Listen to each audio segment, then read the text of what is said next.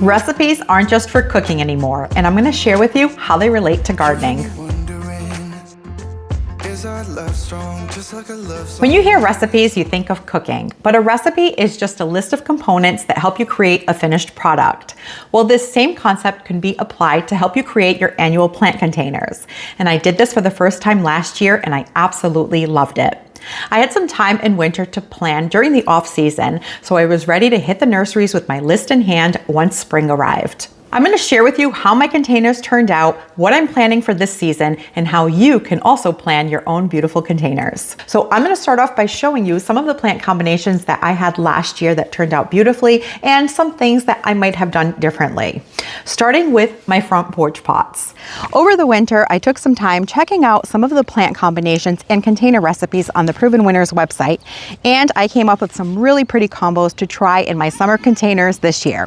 So today we're going to put together some really beautiful bright colors here on the front porch. Here's the combination that I picked for my tall front porch planters, and I selected this combo based on a combination that I saw on the Proven Winners website, which included this gorgeous and bright petunia called the Supertunia Vista Paradise. With that, they had paired some of this Color Blaze Torchlight Coleus, which was actually the jumping off point for this combination. I had seen this beautiful Coleus, I wanted to try it out, and Coleus has traditionally been known as a shade plant, but in recent years, they have developed some that can take more sun. Now, this porch area is full afternoon sun, so that's really going to be putting this Coleus to the test. But look how gorgeous it looks with that pink petunia, the Vista Paradise. And in that picture, they also had this here, which is the Proven Accents Sweet Caroline Sweetheart Lime Trailing Potato Vine. And this combination together looked stunning. So I wanted to try this out in my front porch planters. I did add one additional plant that wasn't in the combo, and that was a Graceful Grasses Purple Fountain Grass, because I love having this tall accent in my containers because it transitions so beautifully into fall with those purple plumes. I'm always amazed at the vigor of these quart-sized plants. I usually plant out my annual containers somewhere between the middle of May and Memorial Day. And within a few weeks, once the heat kicks in, they more than triple in size. And this is a 14-inch planter. I have a matching set, and in each one, I planted 5 plants.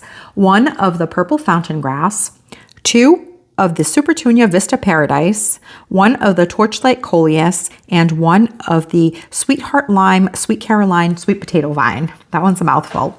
And you can see how beautiful they looked by midsummer. The jumping off point for this arrangement was the Coleus. I had gone onto the Proven Winners website, I was looking through their recipes, clicked on the Coleus, and had seen an in-ground arrangement made with these same plants.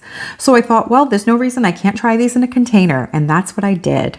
And I just love the way that these beautiful, vibrant petunias pick up on the striping in this Coleus. You can see that the outer margins of the Coleus also match the sweet potato vine, and the darkness goes with the purple fountain grass. I just think that this combination turned out better than I expected. By the middle of July, my front porch planters looked absolutely beautiful. They had filled out so nicely, and it looked like I had a full container garden on my front steps, and I absolutely loved it. The tall planters with that combination of the purple fountain grass, the Coleus, the petunias, and the Sweetheart Lime Sweet Potato Vine were just so striking. I love them so much that I'm actually going to use that same combination in my driveway planters this year. But the driveway planters combination that I did last season was the Blew My Mind recipe from the Proven Winners website. And while it mostly looked beautiful, there were a couple of things that I wish I had done different. So let's go ahead and take a look at those. Now, the fun thing about these recipes is that you can use them loosely like I did. So for example, the Blew My Mind recipe on the Proven Winners website called for a petunia as well as a gypsophilia. And I opted to use some sun patience as well as some euphorbia in place of those plants. So it's really fun to just kind of get inspired by those recipes and then put something together that you like. Here's a peek at the notebook where I worked on my combinations throughout the winter. You can see that I listed out the area that I was looking to plant up and the different plants that I wanted for those areas. And good thing I used pencil because there was a lot of erasing going on during the planning process. I have some of this really beautiful Sun Patience Compact White Impatiens. They are beautiful. And now I love sun patience. And while the recipe did call for a white petunia, I opted to use the sun patience because I've had really good luck with them. They go all season long. They don't require any deadheading. They are self-cleaning, but also because they retain water pretty well. And I want things that are very low maintenance in this driveway area. So that is what I'm going to use in place of the white petunia. And then I went with this euphorbia because I grew it last year and it was beautiful. So this was what I chose in place of the gypsophilia.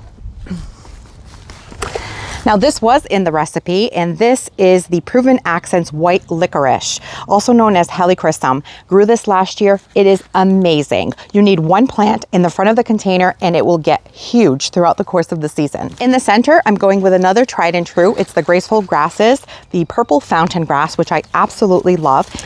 And this was part of the recipe as well. This was the Angel Face Blue. It is a summer snapdragon. It's called Angelonia Hybrid, and it has a gorgeous deep blue flower. Very pretty. So this is going in here as well.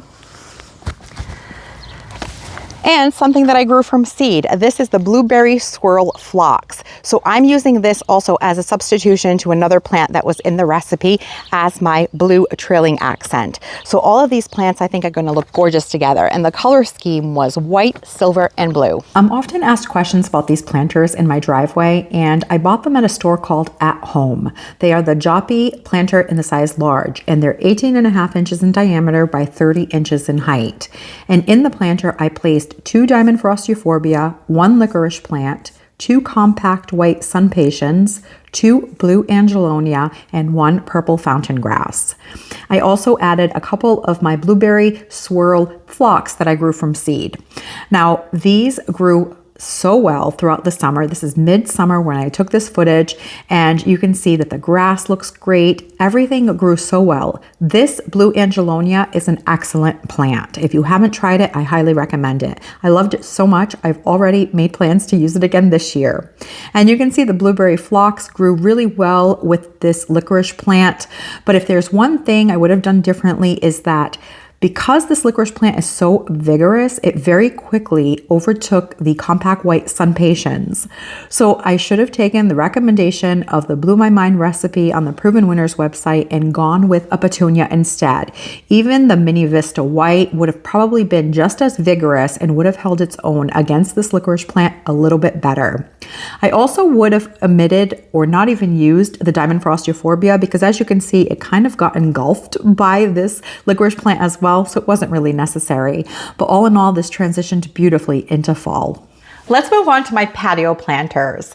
On the back patio, I really do like to have more of a tropical vibe. And in previous years, I've used plants like calocasia or elephant ears, tropical cannas, and even purple fountain grasses. And all of these plants get really large and lush and fill out the containers beautifully. But these past couple of seasons, I've been experimenting with coleus as my foliage accent. So newer varieties of coleus can take more sun, which that area gets quite a bit in the afternoon, and they also get quite large. And so coleuses I have been trying in more warm color tones, oranges and reds, and even dark foliage like the noir variety that I grew last year. And I have been loving those warm tropical vibes on the back patio. In this grouping of 3 planters, I coordinated the 2 on the ends to be the same and the 1 in the center to have coordinating colors. And I really liked how they turned out. On the 2 end planters, I used the Newly Noir as the centerpiece, the coleus. Then I used the Graceful Grasses Queen Top, and I actually really liked it. Kind of looks like it has some fireworks on the ends.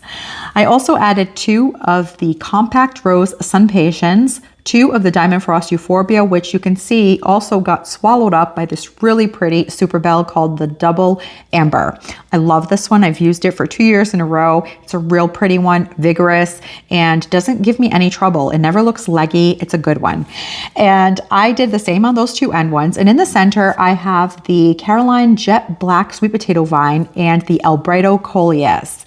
Now in that middle planter, I also had some peachy keen verbena, but I did love that combination. And this year I'm going with some warm colors again, and I'm going to use this Sedona Sunset Coleus in the center, some of this Capilla, as well as some Cascade Red Begonias and some of these orange Sunpatiens. I got the inspiration from these planters that I had seen last fall when I was visiting a friend, and I really liked them. In the backyard, I also love to set up my shed window boxes as well as 2 planters, one on either side of the door. And in prior years, I've always used Dipladenia because it worked and I didn't have to think about it. Dipladenia is very similar to Mandevilla. Dipladenia does not vine as much and it gets a little bit bushier, where Mandevilla does climb a bit more. But these are tropical plants, which means they're tough as nails, they can handle some drought, and they love the heat and the sun. And so sometimes I could even go a day between waterings, which was excellent. But in the past couple of years, I've been experimenting with a few different plants in that area. For several years, I went with this same combination, the Dipladenia, a cordyline spike in the center, and some creeping Jenny down the front.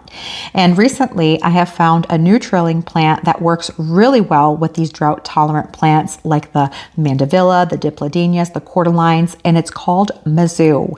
It's like a succulent, and it has foliage that's like a green and yellow, and it gets these little tiny pink flowers that look very similar to the flowers you see on ice plants. I'm finding it's really important to pair plants together in containers that not only have the same vigor and growth habit, but also that have the same watering requirements, and all of these did, so they worked really well together. I probably used this combination alternating between the pink and the white Dipladenia for about 4 or 5 years. And recently I've been switching things up. But this particular year I went with this color scheme of the dark center plant, and I did a coordinating combo on my tall planters. You can see that I used a dark elephant ear in the center. I still had the creeping Jenny coming down the front. And I had grown some of this New Look Dusty Miller from seed. In fact, this is what the containers looked like when I first planted them. And you can see that there's only one of the Supertunia Latte in each of these planters, and they grew so well and filled out that container beautifully throughout the season.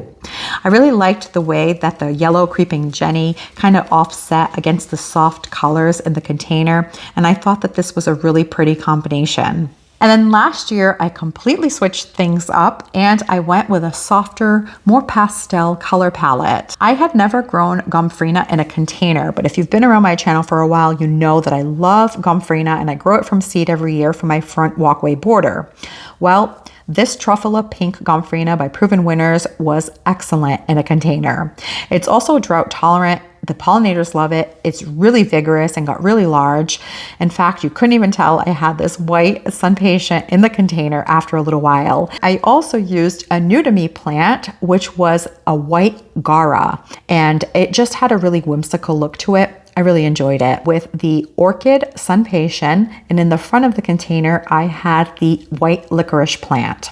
I really liked the colors last year. They were really soft, and I'm excited to come up with something completely new for this year. All right, let's go ahead and take a look at the tool that's going to help us plan some really pretty container recipes for the season. So you want to go to provenwinners.com, and the third tab over reads Gardening Ideas. Click on that, and the very first link is Container Garden Ideas. And you can see that once you land on this page, it's already giving you some inspiration. And if you want to see what the plants are that are in that photo, you would just click on the link. And this is a really pretty kind of dark, moody combo. And below, it's showing you what plants are in this image. And it looks like it's a combination of some super bells, some supertunias, as well as some different coleus and sweet potato vines. Very pretty. These moody colors are really trending for 2026. Another thing you could do is go right to this middle section here where it reads Container Garden Recipe Search, and you can just scroll through. As you can see, there are several pages and a total of 1,092 recipes that you can kind of look through. And you can start getting some inspiration of some combinations that you like. So for example, as I'm scrolling, this particular combo looks really pretty. It's called the Pink Parrot. And what's great about these recipes is that they also tell you the light conditions that these plants require, as well as the pot size. So here you can see this is a part sun to sun combination for a 12-inch pot. And if you go ahead and click View Recipe, it's going to show you a little bit bigger image. You can also zoom it more if you'd like to. And it's going to tell you the number of plants that you need to create this combo. So you'll see that you need the Supertunia Vista Snowdrift, a quantity of 2. You'll also need 2 of the Supertunia Pink Tiara and 2 of the Superbena Pink Cashmere. And you even have a little diagram over to the side that has like a key that will tell you how to arrange each of these plants. So as it grows and fills in, it'll look more like this photo. Now you can also do this another way. Say there is a particular plant that you like to grow each year. You can also go to the top of the page here and you can go ahead and put in that particular plant. So for example, the Peachy Keen Superbena, which is a really popular one. It's beautiful. I used it last year with Albrido Coleus and it looks really gorgeous together. So you can see all of the combinations that it's going to give you with this Peachy Keen Verbena. So this one here, the Acapulco Sun with Stratosphere White, looks really pretty. So let's go ahead and take a look at that one. You're getting the Thriller in the center with the height of this Gara. And then it's also mixing in, it looks like a Petunia as well as this Verbena. So you can see that you will need the Stratosphere White Butterfly Flower or the Gara for a quantity of 1. The Coralina Superbell, 2. And also you will need 2 of the Supertunia Bermuda Beach and 2 of the Superbena Peachy Keen. And this is how you would arrange it to get this configuration. So you can see it's really easy to utilize these recipes and there are some really beautiful combinations. Now last year I combined this with the Albrido Coleus and it was absolutely gorgeous. And if you're scrolling through, again, you can see here using the Albrido Coleus, it's giving you so many different arrangements, some really beautiful planters. I'm going to go ahead and choose this Summer Peach recipe. We're going to view it. And you can see that they've combined some of these canna lilies with the Albrido Coleus as well as the Superbell's Double Amber, which is a really gorgeous Superbell. But let's say you want to utilize either the Coleus or the Superbell and you want to see some more combinations. So I'm going to go ahead and click this Albrido Coleus. You can click on more images and you'll see a bunch more photos where this Coleus was used in different combinations. In fact, this is the one that I used last year when I created one of my back patio containers. And in this photo, you can see that they've used the Coral Jade Sedum in the front. They've also used the Peachy Keen Superbena as well as the Albrido Coleus. And I thought this was a really gorgeous combination. So this is a way to kind of reverse engineer it. You get the plant that you're interested in, see what they're offering for recipes, and then just kind of keep poking around and seeing what else you can find. You can also click on the Double Amber Superbells and you'll see more images and it'll give you other combinations where this Petunia was utilized. This one here looks really pretty. Let's take a look. This one's called Clementine and you can see that they used some of the Capilla in the back here as well as the Double Amber Superbells and some of the Superbell's Dreamsicle. Here are the plants in the image. And here is the recipe for Clementine. For a 14-inch pot, you would use 2 of the Capilla Remillionaire, 2 of the Superbell's Double Amber, and 2 of the Superbell's Dreamsicle. Now, if you wanted to do a different search, let's say you want to also do window boxes, for example, and you're wondering how many plants you'll need for a window box. In this case, I'm going to go ahead and choose another plant that I'm actually growing for the first time this year. It is the Lantana Luscious Berry Blend, and I'm going to go ahead and type that in. I'm going to choose window box. And you can see that it's giving me 2 options of recipes utilizing this particular lantana in a window box setup. So we have a 36-inch window box and a 30-inch window box. In this 36-inch, it's called Tangerine Queen, this recipe, and very pretty. It's a little bit darker with the bright pop of the lantana. It's calling for 5 of the Sweet Caroline Raven Ornamental Sweet Potato Vine, 6 of the Luscious Berry Blend, and 5 of the Color Blaze Sedona Sunset. This Color Blaze Sedona Sunset is going to get huge at the end of the season. The sweet potato vine is going to pour out of that container, and then the lantana is going to weave through it. This is going to look spectacular. That's a really pretty combo. And in this case, they have used it as you see here with this diagram, and here is the keys that you would utilize to set this up. This one is really pretty. And then there is the wild watermelon recipe that has more of a pink color scheme to it. I used this Angelonia plant for the first time last year. It is stunning. It's also known as summer snapdragon. It bloomed all season long. I used the blue variety. So pretty, and I've actually already put it on my list again for this year. And so in this container, they're using the perfectly pink angel face summer snapdragon, Super Bells Carolina, the Supertunia Bermuda Beach, Luscious Berry Lantana, and Superbina Peachy Keen. And they give you the quantities as well as the diagram for setting it up. So you can see that this is a really fun tool that you can utilize either by using one of the recipes that they've already created to take some of the guesswork out of it, or by using the recipes as inspiration, or maybe even just plugging in one of the plants that are tried and true for you and seeing what other combinations you can come up with. Now, if the idea of combining several plants in a container sounds a little bit stressful, or if you just don't want to spend that kind of money to buy so many plants because annuals are so short-lived, you definitely have some options. I actually really love the look of a single plant in a container. It allows that plant to get really large and grow to its full potential, and it can be really impactful. I especially like to coordinate the color of the bloom with the planter. For example, on my patio in the last couple of seasons, I've had a really pretty blue and white planter. I actually broke it last season, and so I had to get a new one, and I found a replacement. But in that planter, I really liked the look of a red flower. So 2 seasons ago, I had the Mini Vista Scarlet in that planter, and it was absolutely gorgeous. It got huge when it was all by itself. It wasn't competing with any other plants.